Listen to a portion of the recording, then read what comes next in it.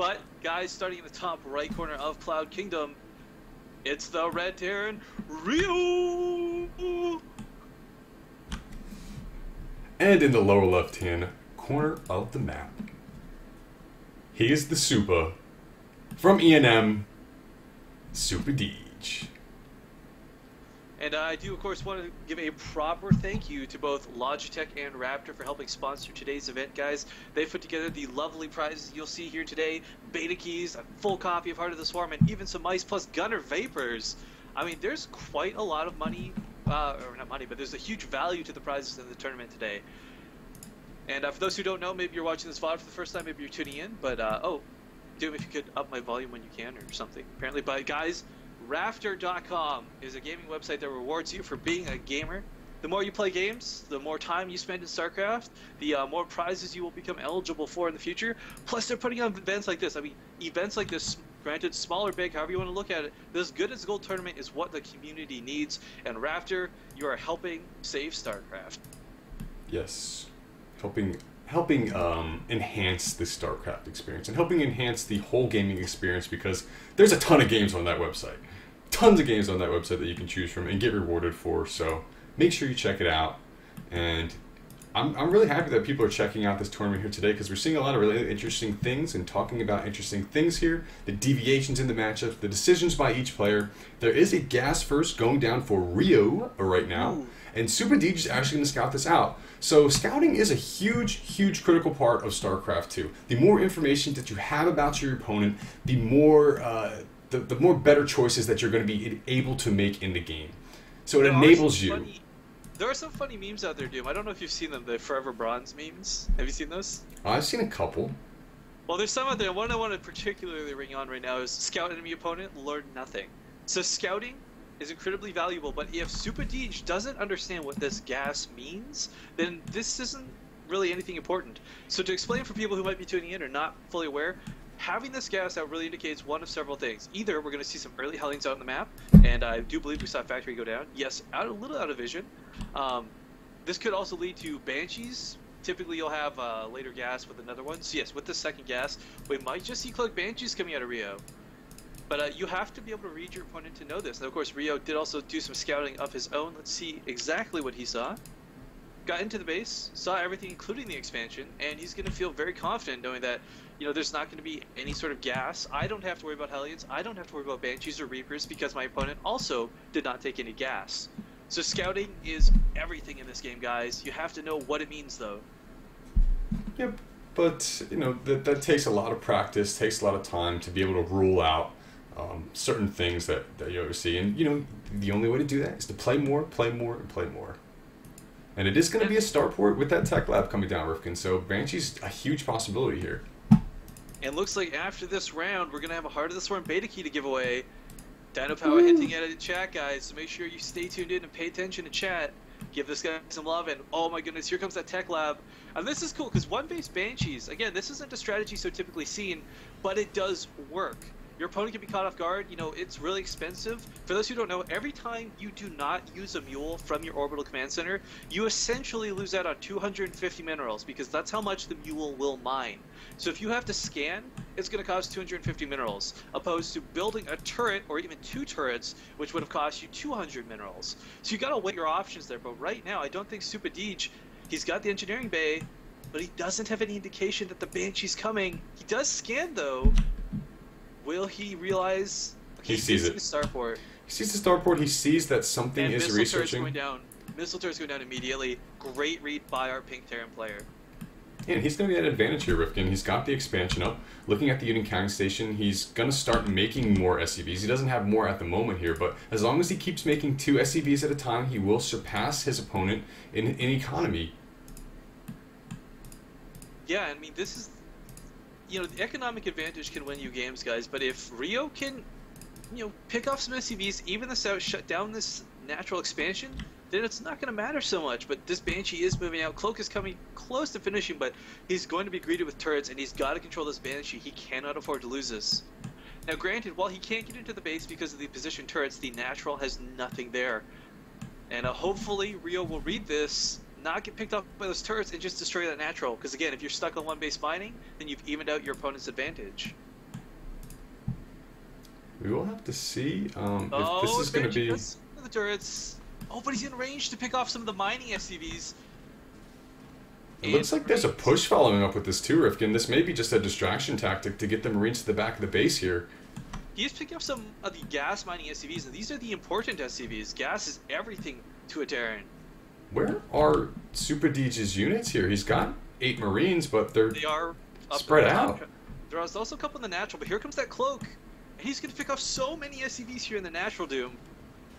This is... Each can scan this, but that's a huge cost of minerals. And this is actually kind of frustrating here for SupaDeej. He feels like he's at an advantage because he's got all of these extra units, but oh my goodness, the Hellions moving in, Marines behind that. Rifkin, this is a full-fledged all-in. This is a crazy build here from Rioooo. Yeah, this is actually a great strategy because Marines do not beat Hellions, and unfortunately, SupaDeej only has Marines right now, no bunker. I mean, he's actually making a command center behind this too, so he has full advantage right now in this this matchup. Gets picked off though. There's another one down, unfortunately. Is in range of that turret, so that is why he was able to see that. But looking at the unit count station again, not too many SCVs picked off. Actually, 10 workers have been killed in this matchup. Second Banshee down. And SupaDeej holding. That's super important. He's got siege on the way. He has a tank coming out, and I mean that's what he needs to break this army. Again, Hellions will destroy Marines. Deej can't engage this head on. And I don't know if you caught it, dude, but he put down 3 supply depots at the top of the ramp as soon as he started feeling some of the heat in his natural. So preemptively doing that is pretty smart. It's definitely good against the Hellions for sure. And one thing I would like to comment on is Rioooo does have control groups set up for his buildings. This is something we didn't see last game, but this helps you macro so much easier, guys. Being able to just hit 4S to create SCVs is so much easier than having to go all the way back to your base, select the building, SCV, and then go back to your front lines. It saves you phenomenal amounts of time. And siege mode is done here for SupaDeej, so we will be able to retake this natural expansion. But siege mode is on the way for Rioooo too. Yeah, Rioooo's landing his own command center, so that advantage of the early command center is now gone. He will have more SCVs out for now. And he's got 2 Banshees sitting back behind SupaDeej's base. I think those were just rallied and maybe he forgot about them. I hope not. Those could become pretty important here. There's no Vikings out for SupaDeej. And if you engage away from the turrets, away from the scans, I mean, these Banshees can be invaluable. They're great against tanks. Now, the downside for SupaDeej, guys, is Terran have some of the slowest production in the game, and right now SupaDeej does not have a lot of units on the field. He does have 2 tanks, but they can be very easily picked off by these Banshees if mispositioned. And again, coming down to this numbers game, guys, Deej has lost so much money from these lack of mules. He's got some turrets down, great. Oh, here comes the engagement, the natural. There was a drop at the base of Rioooo that forced him to move his command center completely out. Yeah, the siege tank did help clean that up. He does have his own siege tanks up now, though. And, oh, man, it's this... For those who don't know, by the way, siege tanks have longer range than they do vision. So it's really easy to lose tanks to tank fire if your opponent has air superiority like Rioooo does. And, oh, man, we need, as you said earlier, Doom, we need a Viking. SupaDeej needs a Viking. This is an incredibly peculiar situation because Rioooo was forced to lift his entire... natural, so he has not been getting the advantage of mining there, but SupaDeej hasn't been getting there, and he's got to be so careful with this command center. He's also not in siege mode. Those barracks, he's trying to get that production up that we were talking about before, but that siege fire is going to limit this. Yep, he's being pushed back further and further. This is going to come back to bite him. He's adding on more barracks now to try to spend more units, but SupaDeej's orbital is burning. He's not repairing it too. He can't afford to lose this. He needs that production. Oh no. Oh no. He's got his SCVs building. There we go. Here's the repair. Missile turret catching a little bit of that Banshee, very low, but he's gonna pick off this tank, Doom. And without this tank, SupaDeej can't fight Rioooo. He needs more tanks. Oh, SupaDeej just moved to drop to the back right corner of the base of Rioooo, but he's not dropping it. Okay, now moving it over. Yeah, he needs to do something. Catch his opponent off guard. Stop that assault. He's gonna lose this front wall, but again, he's got a very large amount of Marines at home. But those Hellions, man. These Hellions are really the barrier between SupaDeej and Rioooo's army right now. I mean, with just pure Marine, It's Rioooo tough is enough to pushing up, engage siege and the tanks. command center burns down. I was hoping he would repair it, but it never got repaired. SupaDeej now pulling his SCVs, going into the fray. All or not. For honor and glory. See, we're going to be actually able to clean up the tanks. And that's huge. That's what he needed to do. And wow, he's actually going to clean up this army. I can't believe it, Doom. He's got all of his units split up, or does Rioooo? I mean, he's got the Banshees in the back. He's got the Marines at the ramp over here. He's not able to engage everything all at once. And, I mean, he actually did lose a lot of SCVs, did SupaDeej. So that's one thing that's kind of frightful. And actually, without that second command center, he's just going to be behind for the rest of the game. His drops were also ineffective. I don't know if you caught that. The SCVs were all just pulled. And the 2 tanks that were at home cleaned up or made him force out of the drop. Yep, it was. He basically was shelling his own mineral line, but when he pulled his SCVs, it was nothing that the Marines could do. He was set up in a good position with this tank. I'm also very positive that these Banshees in the lower corner of the map have been They've forgotten about. certainly been forgotten about. And yeah, I mean, right now Rioooo has double the workers of his opponent, so he's just so far ahead economically. Now, I do want to comment on this for people who are going to be building or playing TVT in the future. The way SupaDeej is built is actually going to keep him incredibly vulnerable, because tanks can siege up on the low ground and shoot these barracks, shoot the add-ons, and make the barracks essentially useless. You want to typically try and build your buildings as Terran centered around the middle of your base, near your command center, and away from these ledges where they're vulnerable to siege fire.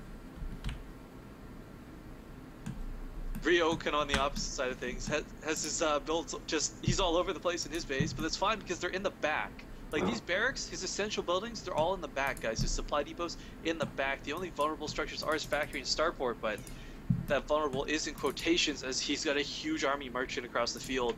I actually really like Rioooo's infrastructure right now. He's added on barracks. He's sitting on 2 base.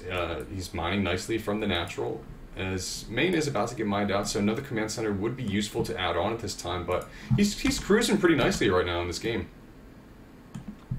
Both players opting for the +1 armor. Well, actually, the +1 attack weapons has finished for both players. So, you know, it's good to see the upgrades being researched here. That's something good too. Deej just sent out 1 Marine to scout, and guys, 1 Marine is so much cheaper than, you know, a scan. But Rioooo is going to move up. He's scanned and seen nothing, and the tank is too far away. SupaDeej is out of position. Oh, he gets a nice. SupaDeej actually can't bring his units home right now. No, he doesn't need to engage that. The tanks are zoning out right now, so I mean, right now Rioooo in a really good position.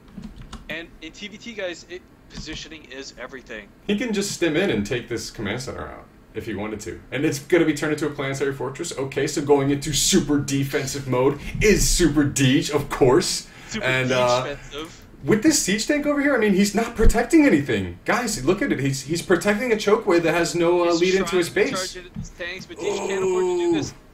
He is so far behind on units, and this is going to be it, guys. This is the nail in the coffin, and that was the positioning that Rioooo wanted. That was his only tank. And if he can get in here before this planetary finishes, he'll be okay, but the planetary will finish. He still has a chance in this game, Rifkin.